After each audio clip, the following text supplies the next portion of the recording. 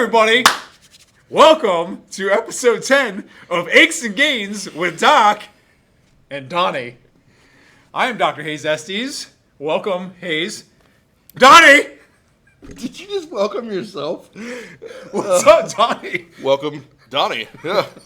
Apparently we talk about the talent in first person. Third person. We're talking about third person. Yeah. Not even first person. All right, yeah. What's going on? Apparently we were having too much fun, and this stuff is definitely unknown what's in these things.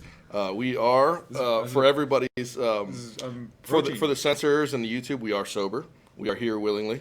All right, nobody is forcing us to be here. Yeah, no, don't blink. Don't blink. Don't blink, SOB. That was SOS. No, you know what happens.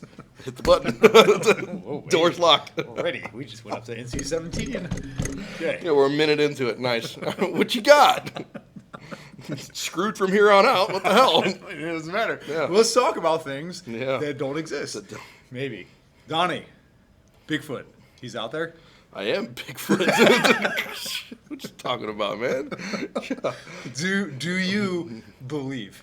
Do I believe that there is a fictional creature out there that people think they see? Who says Absolutely, I believe there's a fictional creature out there that people think they see. Wait, that doesn't make sense. You just, Yeah. So no, Bigfoot doesn't exist. The creature that people talk about, there is probably a creature that people haven't discovered that looks similar to a man that's hairy, like a bear or something they think they saw. Maybe they were like on shrooms and they saw a guy walking and it looks like a bear. Or they saw a bear walking and it looks like a guy. That's what I think. That's what you think? Yeah. I think hallucinogens do a lot to a person. That's what I think. Oh, that's Yeah. good thing I took mine before this one. Yeah. Sober. Remember, sober. Yeah. Yeah, no, that's what I said. Yeah. Yeah, I don't think Bigfoot exists. I think that we have. I know that we just discovered like a couple of fish species that were literally miles down below the surface. We can because humans can't live down there. But I think that everything. Maybe there's a bug that's I can only see under a microscope that's down in the Amazon that we haven't discovered. But something the size of Bigfoot. It's not. I'm sorry. I'm sorry, people. I know people. I know we just lost every single person who watches Bigfoot Hunters, and we just lost them all. Bye, Mom. It's doesn't happen. It's not. Yeah, out there. the Earth is round too. There goes the rest of them. Well, all right, here we are. For the four people who have continued to stay, back thank in the vacuum. You and me just talking to each other again. Hey, you appreciate science. We appreciate you. All right. Yeah. Listen. I would love it if Bigfoot exists.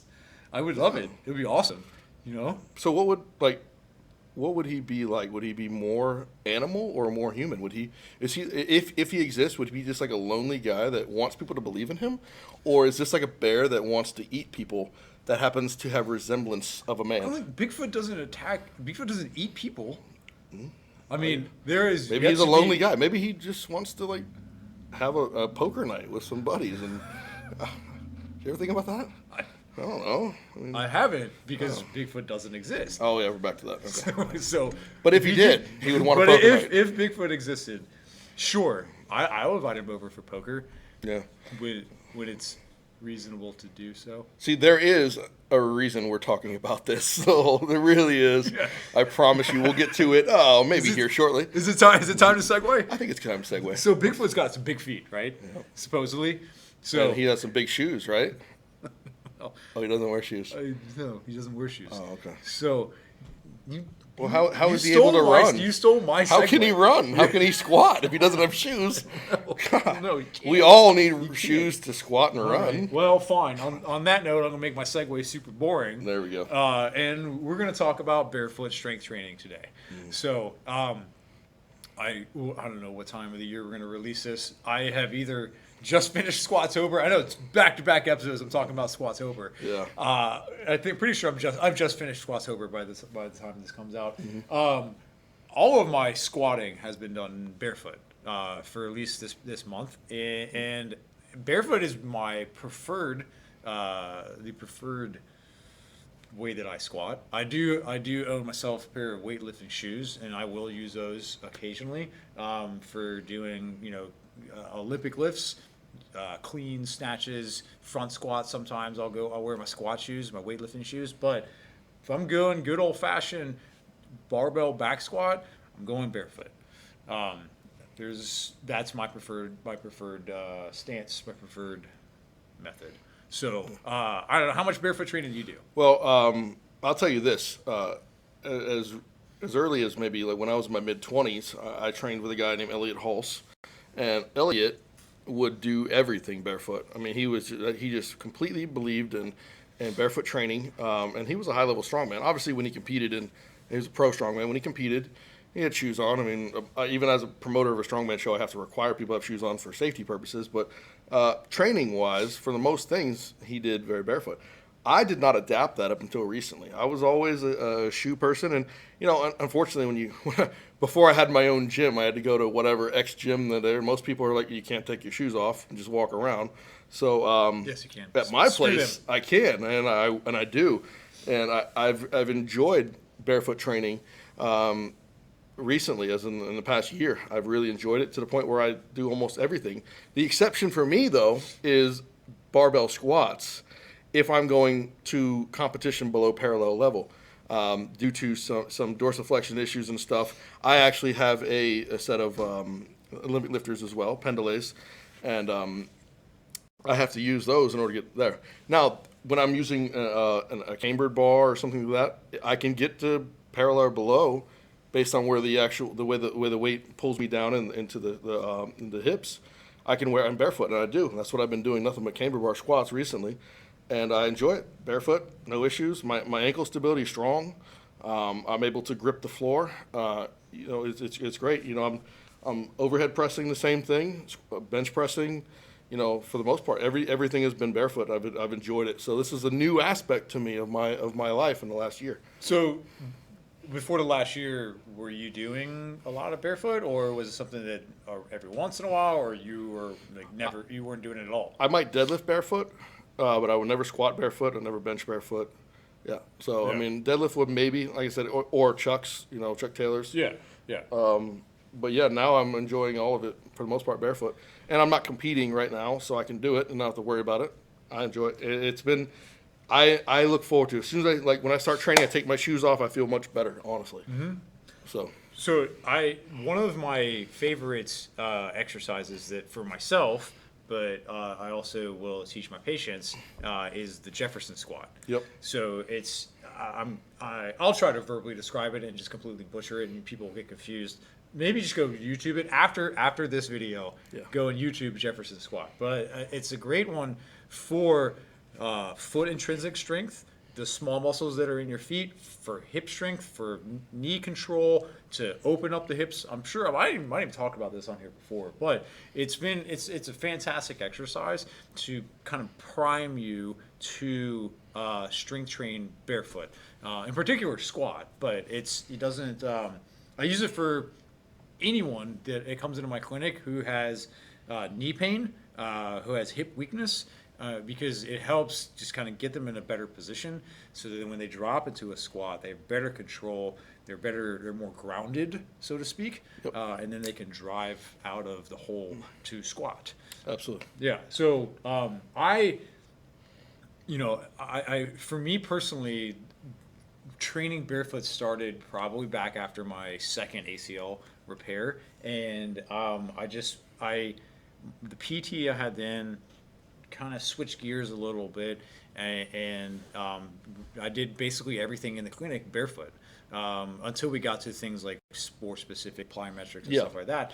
Everything was barefoot with my shoes off, so I could get better foot control, better foot position, and therefore better knee and better hip control as well. And we talked about this before in terms of, when you have someone come in and you do your analysis of their body mechanics when they squat, you start from the ground up, right? And so that's kind of what we're talking about. And I'll have them take their shoes off because I want to see how their feet are responding. Absolutely. So. Yeah. Idiot. Yeah, I mean, there are people who want to go and take their running shoes and squat at the same time. I'm like, oh, it's like taking a Cadillac off-road. Yeah. Nice job. Great job, Yeah. Cool, you got all that suspension. Yeah. Well, not if it's, what does Matthew McConaughey sponsor? Is it Lincoln. Oh, completely yeah, off. never mind. Yep, my bad. Well, we can't be on McConaughey's level. You know that. I know. That's not even close. No, That accent, on it's not even close. Let's not even try. Talk about sober. So, Yeah, never. so let's talk about the research. There we go. You put that on there? So, yeah, I know. So, doctor over here is going to tell us. Thank you. Yeah, so some EMG studies out there that it looks at the muscle activity, nerve conduction during barefoot squat, and what they find is there's really actually not a difference for the most part in the concentric portion of the squat. It's more about the eccentric portion, like the lowering portion of the squat, where they actually found a difference. So your tibialis anterior, the muscle that's on the front of your shin that lifts up your ankle, and your toes, that and your biceps femoris, one of your hamstring muscles, have been shown in barefoot squatting to have higher EMG levels than compared to squatting with shoes on, because you have to control yourself nice and slow on the way down, so you don't fall over. Essentially, I want you to explain EMG because I want people to understand exactly how they're testing that. So I'm going to back it up a little bit more. Okay. Muscles are controlled by nerves, so our brain sends a signal to our muscles that says contract. And so if I want to do a bicep curl, I say brain, guns, go, and that's what happens. So EMG, and so you can actually test conductivity of the nerve,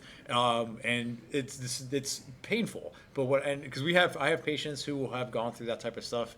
They might have had a car accident, and they have decreased sensation, decreased grip strength, something like that. Is you take a big needle, stick it in deep in the muscle to where the nerve is, and that the electrical signal when you contract the muscle gets sent through that needle to a fancy computer that says 1.21 gigawatts. So that's what happens, and it's a painful process, and I applaud the participants of these studies for going through it. Have you had an EMG test? I haven't. No. The closest I've had is for carpal tunnel. They did that, but all it was just an electronic pulse they set up. They didn't have to inject or anything like that. But that's the closest I had, and that was still not comfortable. And they didn't even put anything inside of my skin. Yeah. So it's not fun. But thank you again, because that shows us what is actually happening, and so there is some benefits in that aspect of doing barefoot squats. There was the European Journal of Sport Science 2014 with the influence of different footwear on 3D kinematics and muscle activation during the barbell back squat in males. So what they found, there's no significant difference in EMG in foot and ankle muscles, but there was an increased squat depth, and this kind of goes to what you said before, and knee flexion range of motion with shoes on. Yep. So shoes, even if you're wearing minimalist shoes, and there's studies that looked at the Vibram 5 fingers, they're going to give you a little bit of a heel lift. So it's going to go ahead and put you into a more biomechanically advantageous position to squat. It's going to give you that dorsiflexion that you're limited. So we would expect you to be able to farther down into the squat and have more knee bend. That does not mean stronger. That does not mean stronger. Here's the thing. Even though the participants in this study could get deeper into their squat, every single one of them still preferred to squat barefoot. Yeah. Because you have that, it's what we call increased proprioception. And so proprioception is the sense of where your joints are in space. Okay. So that makes sense. You mean like I Absolutely. feel the ground more when I'm barefoot. Yep. What does that mean? Does that translate to improved performance? There really wasn't much out there, to be honest with you, in terms of the research. A lot of the research looked at barefoot running. I don't know. I don't really run. I don't really care. Yeah. So, I think a lot of the barefoot running, once you become acclimated to it, you're better. I think you're better off. Yeah. It's just the acclimation period. Yes. You're going to have regression. Yeah. Yeah. Simple as that. Yeah. So. I'll say this. A guy named Sweetens came and taught a seminar that I went to, and he's a pretty high-level powerlifting Actual coach. first name? That's not his first name, but Swede Burns. He called him Swede. But anyways, very strong guy. He works with some high-level athletes, really. In fact, one female who is in her 60s and has continuously PR'd every meet she's done in the last 5 years in her 60s. World record holder for her age, I mean, by far. Incredible. I had a chance to meet her. She's an incredible lady. And anyway, he's her trainer. Or coach, I'm sorry. And yeah, please don't demean the Swede. Oh, I'm definitely not. Yeah. Coach and trainer are two different things. That's for sure. So he would teach a very good method. A lot of people do of gripping the floor when you squat. A literal like your hands are grabbing something. Same thing with your toes. And what it would do, it would slightly externally rotate your feet to the point where you're fighting knee valgus. You're able to stay lined up over the toes throughout the entire squat, even into the bottom part of the squat, where a lot of time that's when the knee valgus kicks in because we run out of mobility for the most part. And obviously there's some strength issues a lot of times, but a lot of times you run out of mobility. So that's where other parts take over into to a less advantageous position.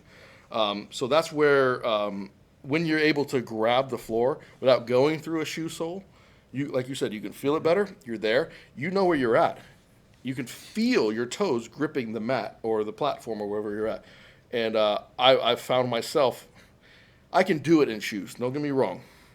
I'm definitely more aware with socks on or barefoot. Yeah. It's night and day. So and like you said, does it make me stronger? I don't know. I couldn't tell you that. I can tell you I feel better when I train. Yeah, and I think that's kind of what it comes down to is with, I'm not promoting one versus the other per se. It's really whatever feels best and most comfortable to you. Yep. So if you want to squat with shoes on, that's fine. If you want to squat barefoot, that's fine. What I would definitely suggest is doing both.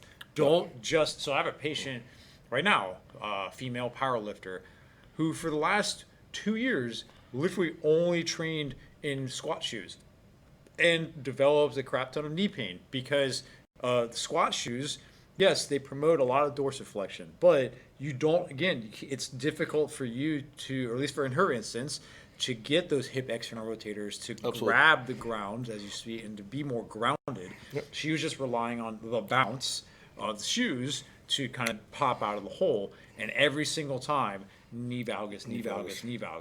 And so, like, literally every single appointment, barefoot. Taking the shoes off. We don't have any shoes on. Breaking it down. Just breaking it down. We were going to do stuff barefoot. I have not had her put on her shoes yet. So we will get there. She's now back to squatting deeper with weight. Yep. And so we're combining a bunch of things. But as an additional tool, once she gets to the point where she's competing again, there we go. Yes. Just like a belt, just like anything else that we use. We don't want to rely on that just to perform the exercise. Exactly. So, like the weightlifting shoes will kind of, again, it gets you more dorsiflexion. You'll be able to get probably a little bit deper, but a little better trunk position, so you're not dumping down as much. And again, that's really beneficial for especially the Olympic lifts. Now in a powerlifting lift or squat is going to be a little different. Is going to be a little more pitch for it, but you still want that bar to be over the hips. Well, yes, sure. You do, but you can have a little bit of a wider stance, and you can have a little more of pull the bar lower on the back. Exactly. So as opposed to Olympic lifts, like again, or front squats or your snatch. You can't. Yes, exactly. So bar position definitely really matters. Absolutely. For that type of stuff. So the last thing with when you're barefoot, again, especially if you're talking about the being able to kind of grab the floor, what they do find is that people tend to what's called pronate a lot more if we squat barefoot, and that is probably a combination of foot weakness and or hip rotation weakness.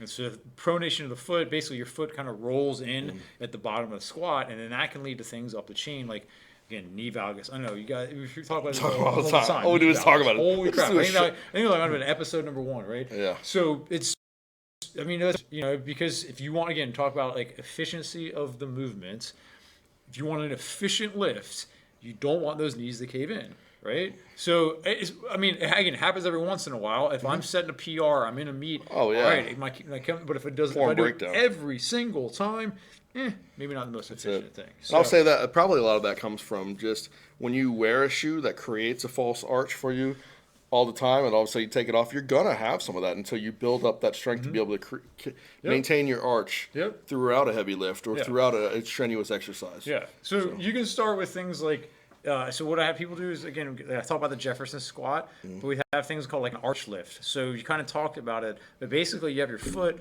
on the floor and you're trying to, with the arch of your foot, it's almost like you're trying to palm the floor, like you palm a basketball. You're not curling your toes, but you're kind of lifting up the arch of your foot to kind of get that better, like we call it a tripod position. Yes. So the big toe, the pinky toe, and your heel, that's your tripod right there. And so it's practicing with things like that. If you notice that when you walk, if you walk barefoot, that your foot kind of rolls in, arch lift's probably a good thing for you. If when you squat barefoot, your foot rolls in, your knee caves in, arch lift's going to be a good thing for you. I will say, don't just try to hinder it or try to Band-Aid it by putting a higher lift on your shoe and walking around like that, because it's not. You may feel better, but it's for temporarily, but it's not going to be conducive to overall strength if you're trying to squat, if you're trying to do this. I mean, you're eventually, at some point, you're going to have to address that. Agreed. So, yeah. Cool. I got anything. No, I'm good on that. I think we did a really good job of covering that. All right, I'll put my semi-seriously, too. How about that? Man, should we start over? It's going to be a boring episode, right? Especially after the last one. Should I, make a fart joke or something?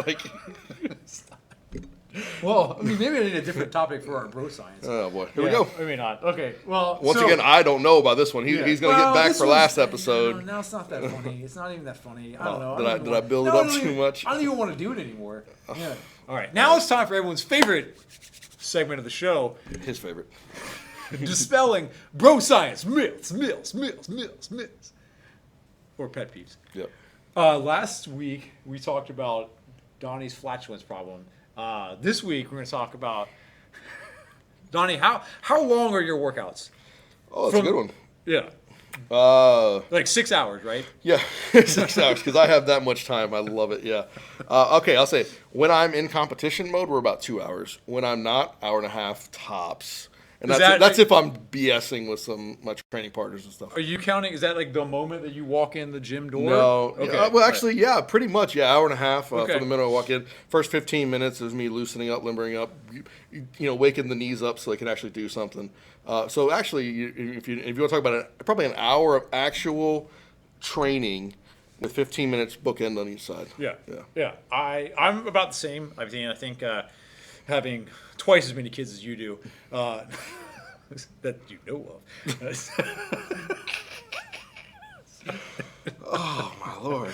I try to be good. I try to be serious, and then the doctor comes in and just drops the. Well, this is my myth that I'm going to dispel. Okay, let's do it. So point being, from the moment that I walk out the door, because I'm working out at home, and from the moment I walk into the gym, I'm usually in and out done like an hour and 15, maybe an hour and a half is like if I'm bro session and I'm with a buddy and we're just gonna crush up some gun show at the end, right? Of course, of course, obviously gun show all the time. Yeah. So you don't need to train once you get past the 90-minute 2 hour mark, you are basically, I won't say it's purely detrimental, but you're not getting the gains at that point, right? You don't need to do 15 sets of 15 reps of bench press or pyramid up to 8s. And then, no, come on, right? man. Maybe if you do it for one exercise, that's fine, but you don't need to do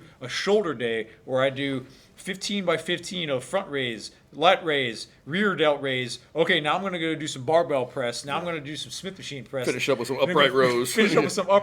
Maybe some face pulls at the end. Okay, what other shoulder muscle have I not reached yet? I'm not done. It doesn't matter. You don't need to do that. Your workouts, you're going to start producing cortisol. I know this is like a I know. But C word.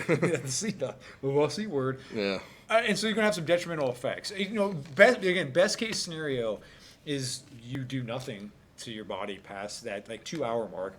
Worst case scenario, you do damage. Is you actually do damage, because whenever we work out, resistance strength training, by definition, what I'm doing is I'm actually creating micro tears in my muscle. Yes. And then what happens is my body repairs itself with all of the cheap protein that Donnie eats. Yes. It repairs itself. And so then by repairing those micro tears, we actually get new muscle fibers, and they grow and they grow and they grow, and you get big and swole.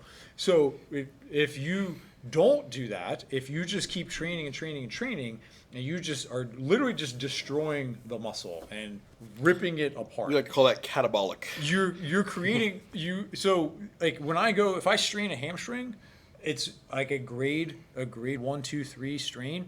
That means there's some level of tearing.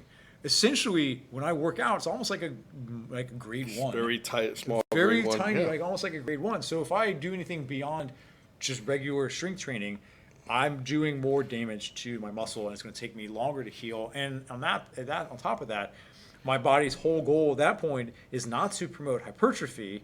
It's just to heal from the significant damage. You're trying to get out of a hole instead of building. Yeah, so again, we talked about cortisol. That's that is a stress hormone that can potentially lead to storage of excess fat. We could even get into rhabdo. I mean, like. And then yes, there's as some communities call it, Captain Rhabdo, aka compartment syndrome, in which you train a muscle group to such fatigue that blood starts to develop within the compartment, and your body, because of all the swelling in there, cannot actually drain the blood itself. Poison yourself. You poison yourself. You have to go, if you don't go to the hospital and get it drained, then you potentially have to have surgery where they just, that muscle is now dead. Yeah. We have to just remove and dissect that muscle, and now you've just lost half. No more bro science gains. Yeah, no more bro science. No more gains. biceps.